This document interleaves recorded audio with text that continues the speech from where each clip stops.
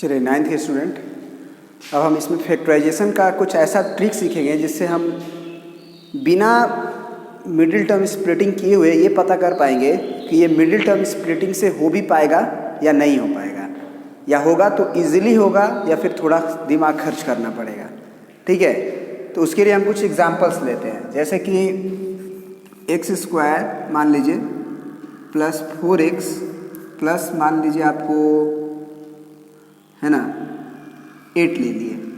तो इसको हम परफेक्ट स्क्वायर से तो आपको बता ही चुके थे, है ना। क्या करते हैं, इस 4 का आधा करते हैं x प्लस 2 का होल स्क्वायर, फिर 2 भी रहता है तो माइनस 2 का ही होल स्क्वायर करते हैं और प्लस 8 कर देते हैं। तो यहाँ से आएगा x प्लस 2 का होल स्क्वायर और ये कितना आ जाएगा -4 और प्लस 8। तो ये हो गया x प्लस 2 का होल स्क्वायर और प्लस 4। तो हम बताए थे कि कोई भी नंबर का स्क्वायर प्लस 4 जो है कोई फार्मूला नहीं लग सकता इसमें, क्योंकि फैक्टराइजेशन का मतलब a square plus b square का तो कोई फैक्टराइजेशन रूल है ही नहीं कि a square plus b square factorise हो पाएगा, है ना। होना चाहिए तो a square minus b square होना चाहिए। ठीक है, तो इस तरह के क्वेश्चंस में हम मान लो इतना बनाए बिना ही अगर हम चाहें पता करना तो कैसे पता कर पाएंगे, वो चीज़ देखेंगे। एक क्वांटिटी हम आपको बता रहे हैं, जैसे ये x square plus b x plus c हो। आप 10th क्लास में जब जाओगे तो और इजीली तरीका से इसको सीखोगे, लेकिन अभी ही आपको बता देते हैं कि x square plus b x plus c अगर हो आपके पास तो एक क्वांटिटी डी जो होती है डिफाइंड किया गया है, जिसका वैल्यू होता है बी स्क्वायर माइनस 4ac। इसे याद रखिएगा, इसे डिस्क्रिमिनेंट बोलते हैं, है ना। d बराबर क्या होता है बी स्क्वायर माइनस 4ac। ये आपको रफ चेकिंग है कि ये बन जाएगा फैक्टराइजेशन से या फिर नहीं बन पाएगा, या फिर उसका फैक्टराइजेशन होगा ही नहीं, है ना। ये चीज़ बता रहे हैं आपको। तो डिस्क्रिमिनेंट निकाल लीजिए, बी स्क्वायर माइनस 4ac का वैल्यू निकाल लीजिए। ए कहाँ होता है, तो ए को बोलते हैं हम लोग coefficient of x square, b को बोलते हैं हम लोग कोफिशिएंट ऑफ एक्स, और सी होता है हमारा कांस्टेंट टर्म।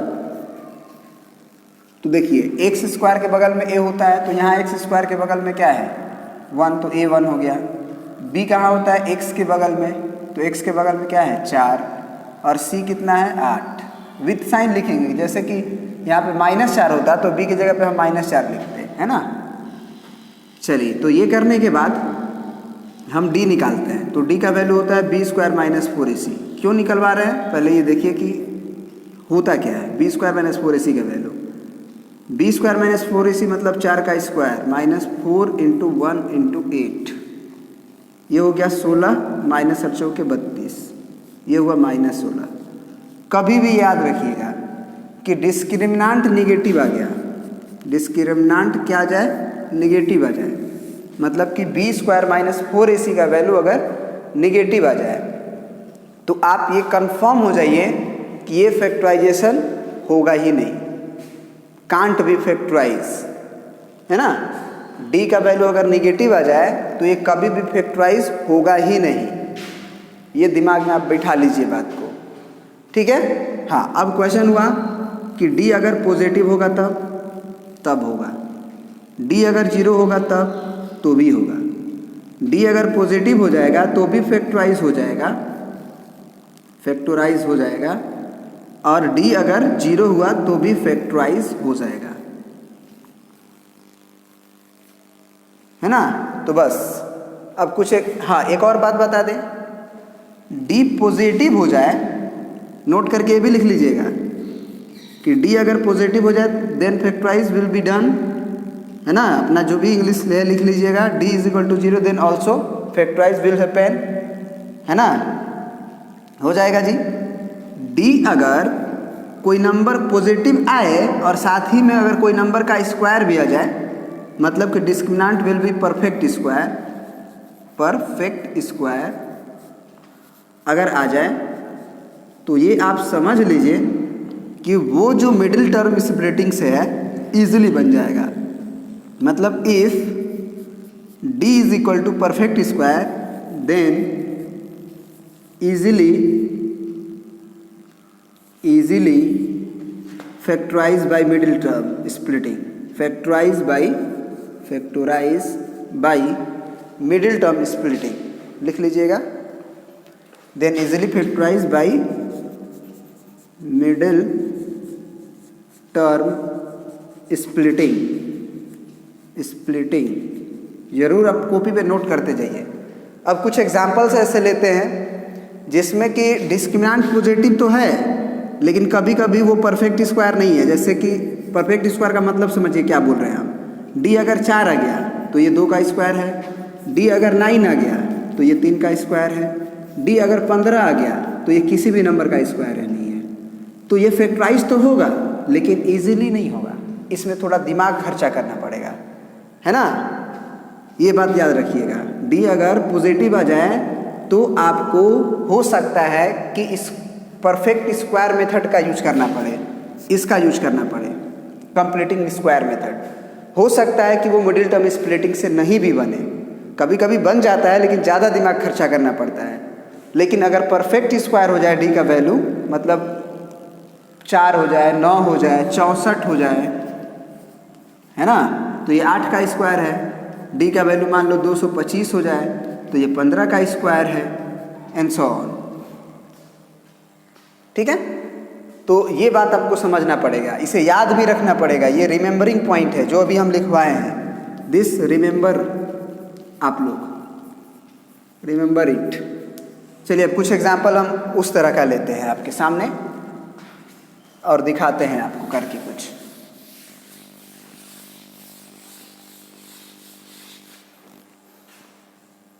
देखिएगा, एक और बात ध्यान देने वाली है कि इसमें क्या होता है कि अगर डी परफेक्ट स्क्वायर आ जाता है उसमें ए बी सी क्या होना चाहिए, मतलब ये कह सकते हैं कि ए बी सी जो है रेशनल नंबर होना चाहिए, इरेशनल नंबर नहीं होना चाहिए, तभी ये काम हो सकता है। इरेशनल के भी केस में हो जाता है लेकिन कभी कभी परेशान भी करता है। चलिए आते हैं, जैसे मान लीजिए एक्स स्क्वायर माइनस 4x है ना,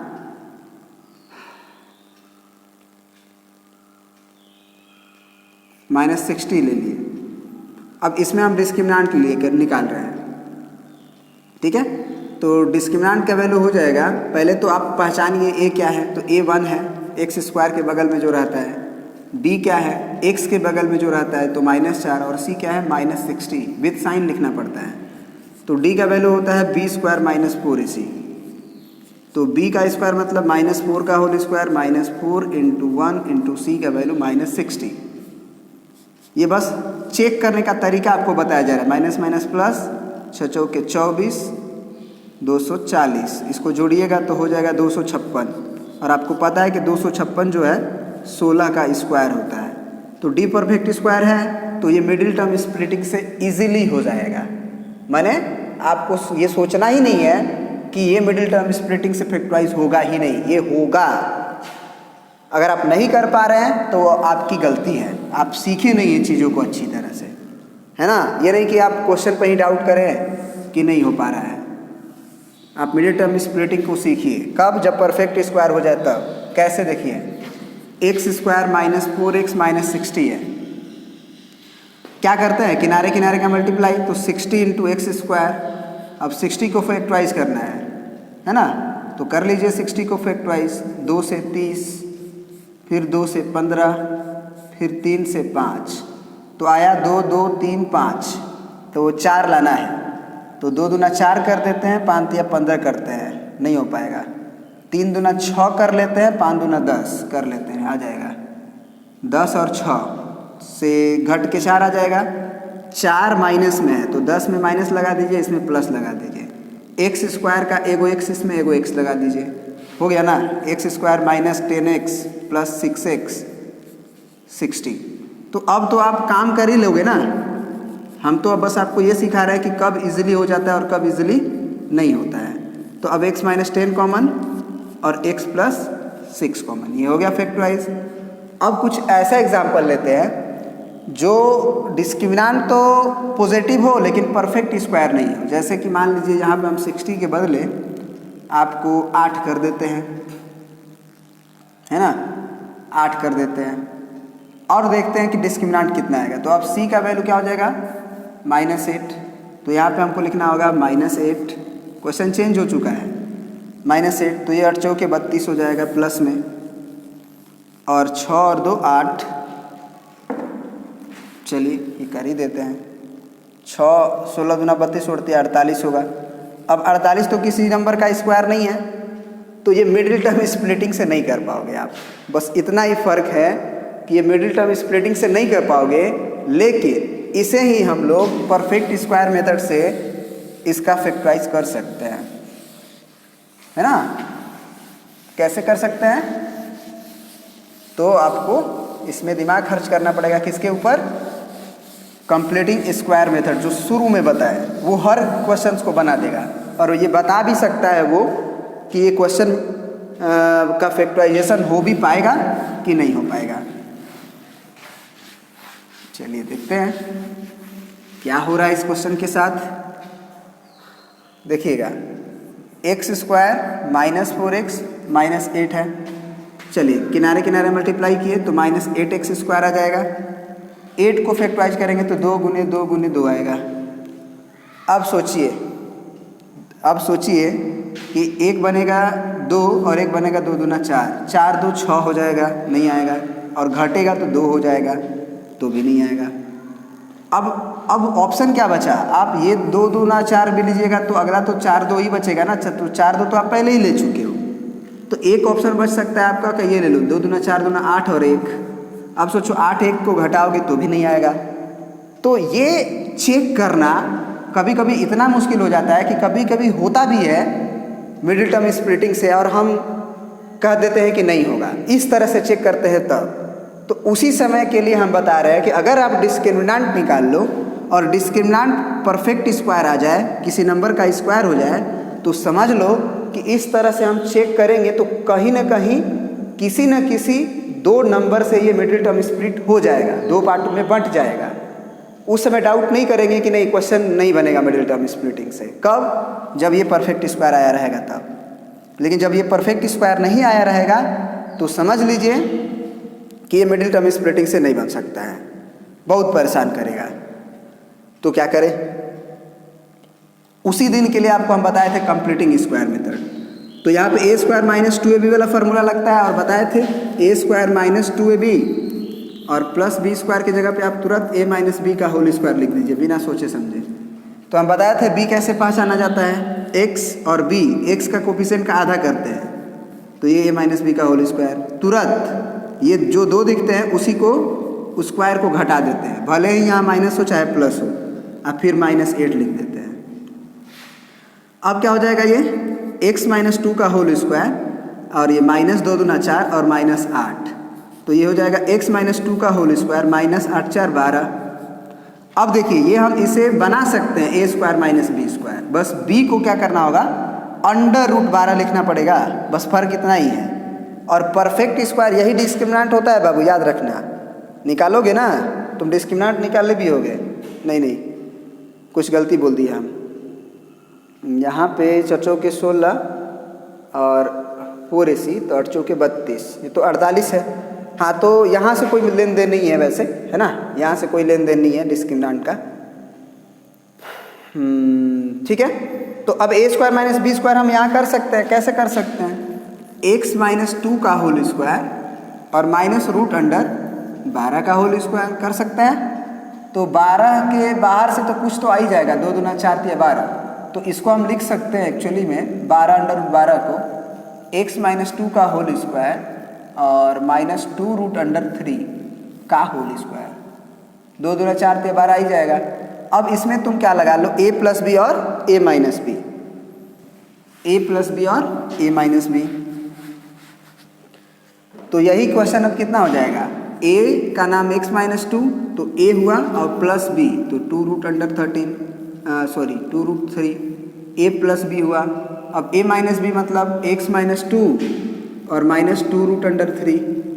अब सोचो कि ये कभी भी मिडिल टर्म स्प्लिटिंग से नहीं कर पाओगे। तो क्यों? क्योंकि इसके जो जीरोज आएंगे वो 2 - 2√3 और 2 + 2√3 आएंगे, तो ये इरेशनल नंबर में के टर्म में आ रहा है, इसीलिए परेशानी होता है। और आपको पहले भी बता चुके हैं कि अगर ये पॉजिटिव आएगा तो फैक्टराइज होगा, निगेटिव आ जाएगा, यही डिस्क्रिमिनेंट निगेटिव आ जाता तो हम कह देते कि ये फैक्टराइज ही नहीं होगा, है ना। ये बात एकदम ध्यान में रखिएगा कि डी निगेटिव आ जाएगा तब तो सवाल ही नहीं उठता है फैक्टराइज होने का, लेकिन अगर डी पॉजिटिव आ जाए तो फैक्टराइज होगा, भले ही परफेक्ट स्क्वायर ना हो, कंप्लीटिंग स्क्वायर मेथड से होगा। और अगर डी परफेक्ट स्क्वायर आ जाए तब तो भैया मिडिल टर्म स्प्लिटिंग से भी होगा, और इससे भी होगा। ऐसा नहीं है कि परफेक्ट स्क्वायर हो जाए तो इससे नहीं होगा, इससे तो सारे क्वेश्चंस होंगे, कंप्लीटिंग स्क्वायर मेथड से तो सारे क्वेश्चंस होंगे, है ना। चलिए, तो आई होप कि हम ज़्यादा एक्सप्लेन कर दिए।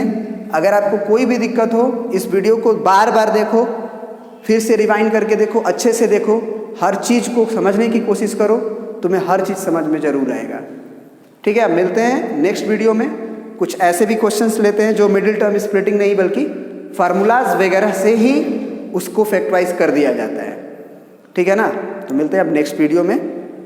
बेसिकली अब एक्सरसाइज 5.1 का क्वेश्चंस लेंगे आर डी शर्मा का, और 5.2 का। चलिए।